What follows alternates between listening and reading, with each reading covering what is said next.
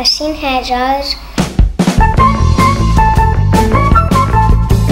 ahol bábokkal meséket játszanak, meg táncolnak.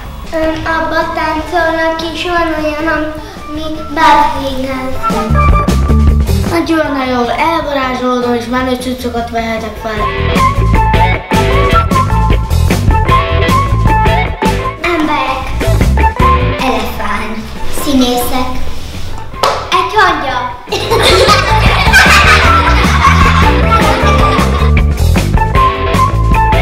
Egy jegy. Egy ruhalmat felviszem. Ilyen jelmezek. Székek. Színpad. Azért már sok mindent előadhatunk. Azért meg gyógyszeresek. Híresek lehetünk.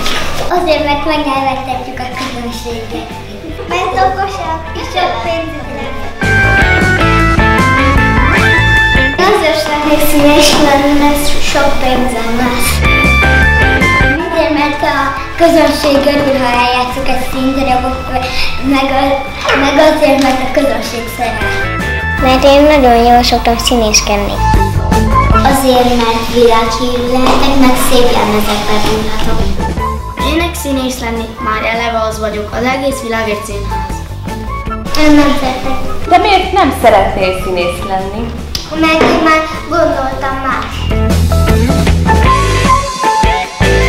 Épülni fogok!